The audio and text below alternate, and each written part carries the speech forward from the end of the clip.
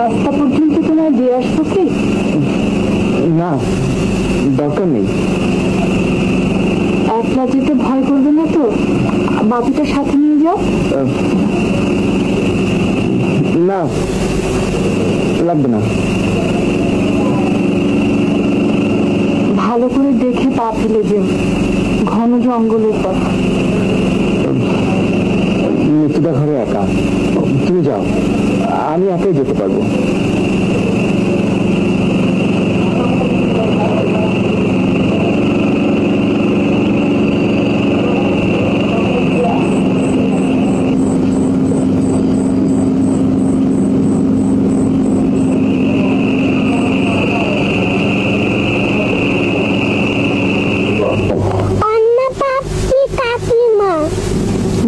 জাতের হাতে ভাত খেলে অন্য পাপ হয় মা।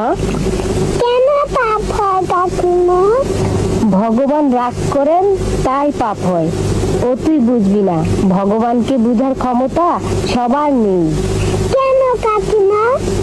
সে ভগবানই জানেন।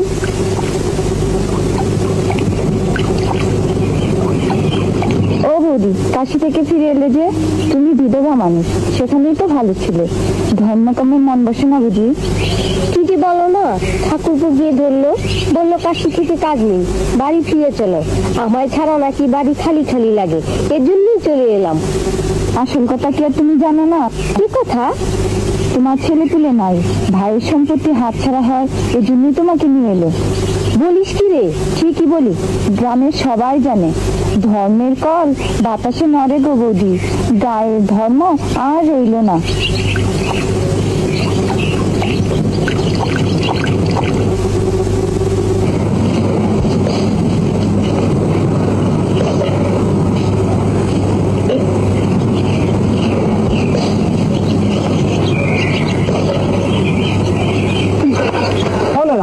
তোমরা এখানে ভুলে ফেলছো, আর ওদিকে গায়ের লোকজন যে পাপ তাড়াতে যাচ্ছে। কি তাড়াতে যাচ্ছে? অন্য পাপ। মৃত্যুদার বাড়ি থেকে মালপাড়ার মেয়ের বিলাসীকে তাড়িয়ে দেবে। বলিস কি? হ্যাঁ, ঠিকই বলছি। দেখলে না, মুখুজ্জ বাড়ির বৌদিকে কাশি থেকে নিয়ে এলো বলে গায়ের লোকজন ধর্মের নামে কত কি বললো। শেষে গায়ের লোককে পাটার মাংসে ভুলিভোজ করাতেই সব ঠান্ডা। মৃত্যুদা যদি এমন কিছু করতো, দেখতে ধর্মের কেরামতি শেষ, অন্য পাপ ধুয়ে মুছে যেত। তোর মুখে কিচ্ছু আসবে না, তোর পাপ হবে। তাদেরকে দেখি গায়ে কি করে।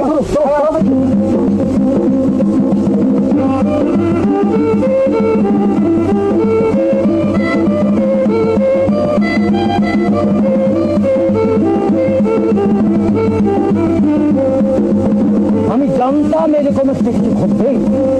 কেন আমি কি পারতাম না? আমি কি পারতাম না তাকে আমার বাড়িতে নিয়ে আসতে? ডাক্তার ভর্তি দেখে তার চিকিৎসা করার ক্ষমতা কি আমার ছিল না? ছিল, কিন্তু আমি করিনি। কারণ আমি ভাবছিলাম সবাই দেখুক, বুঝুক। এখন তো এর একটা নাই না, অবশ্যই ওই পাপ থেকে যত দ্রুত সম্ভব গায়ে থেকে বের করতে হবে। মৃত্যুর বংশে কলঙ্ক চাপিয়েছে। চলো চলো সবাই আমার সাথে চলো।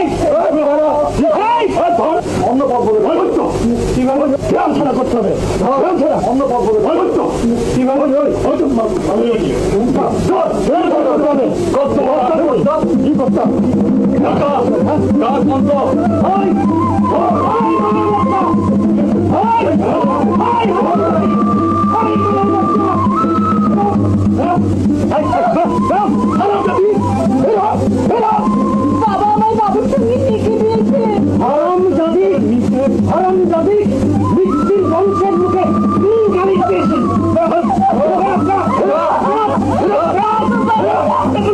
ভাইরা